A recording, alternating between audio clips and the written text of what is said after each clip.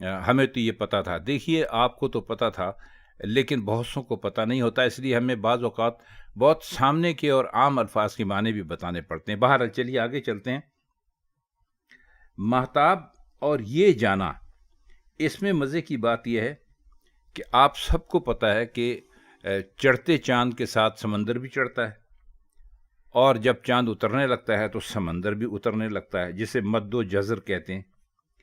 اس لیے چاند سا چہرہ برآمد ہونے کے لیے نتیجہ یہ ہے کہ پھول جو تھا وہ شرم سے پانی پانی ہو گیا، اور اس سیلاب میں جو اپنے ہی پانی کے سیلاب میں تھا بہہ گیا. بہت اچھا شعر ہے.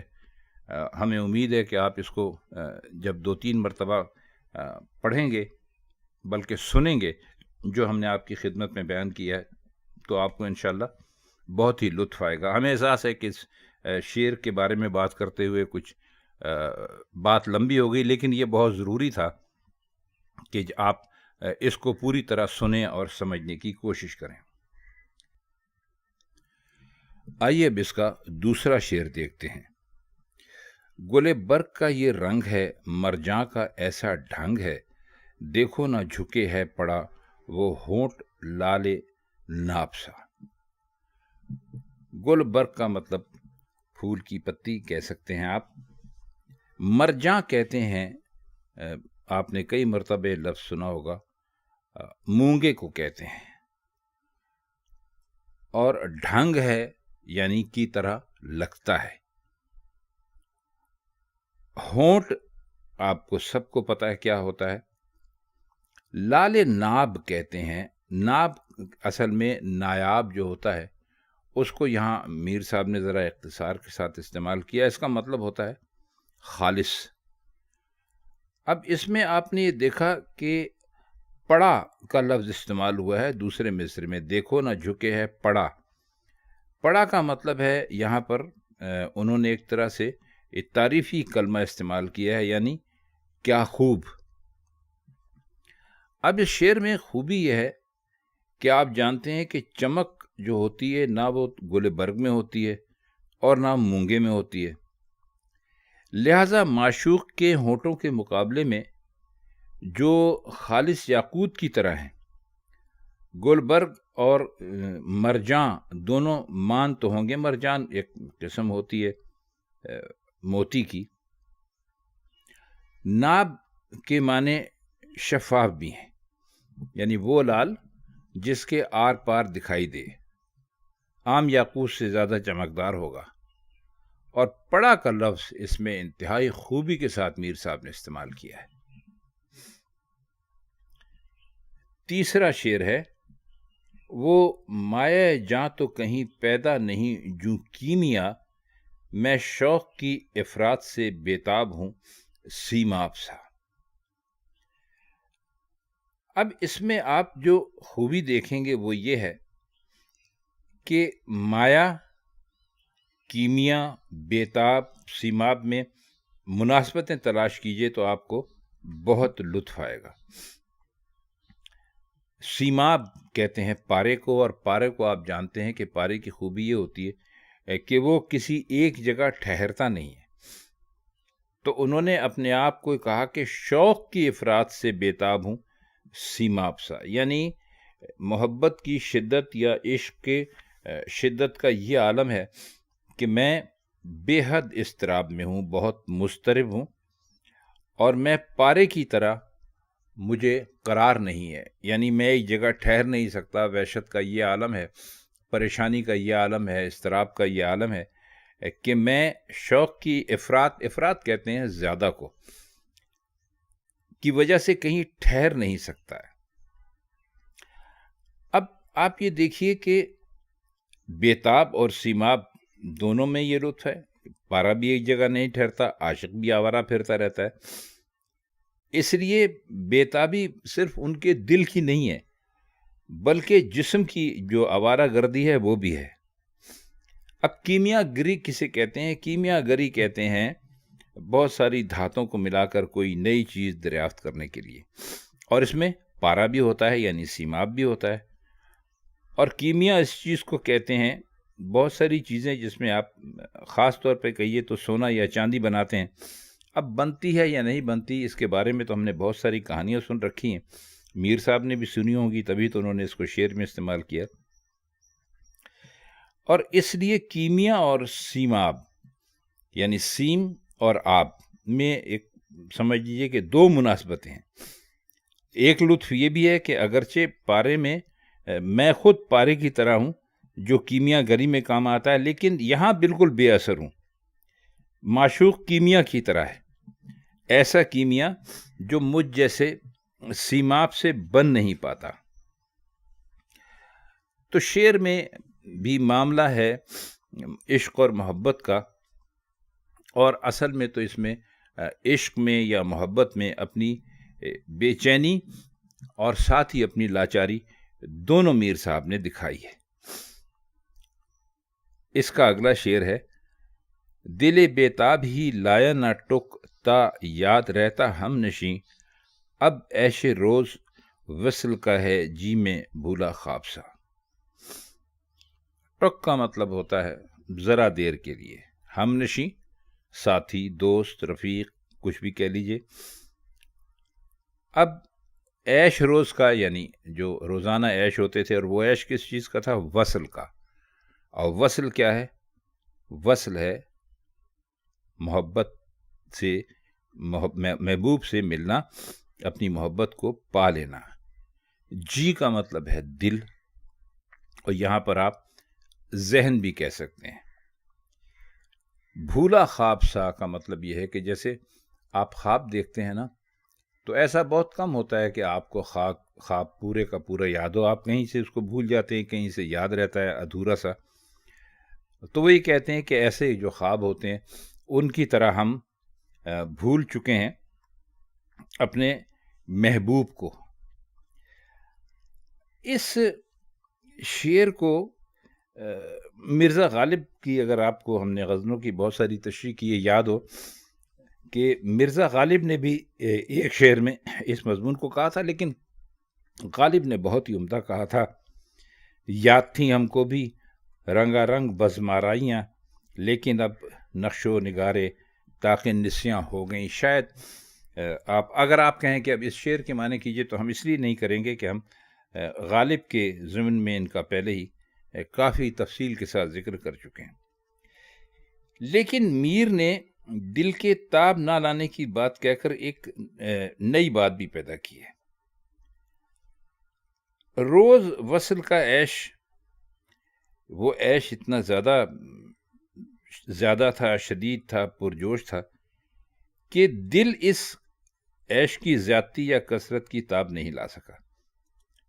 معشوق تو دوبارہ ملا ہی نہیں، اور دل بھی اس صدمے عیش کو برداشت نہیں کر سکا۔ اب اس لیے وصل کی ایک دھندلی سی یاد رہ گئی ہے، جسے یاد ہو کسی کو اپنے خواب کی طرح، لیکن یہ یاد نہ آئے کہ خواب میں کیا دیکھا تھا۔ دیکھیے کتنی اچھی بات ہے، اتنا تو ان کو پتا ہے کہ ہم نے اپنا ہمارا جو عیش کے دن تھے وہ کیسے گزرتے تھے، اس کی شدت سے تو واقف ہیں، لیکن یاد کرنے کی کوشش کرتے ہیں تو وہ یاد نہیں آتا۔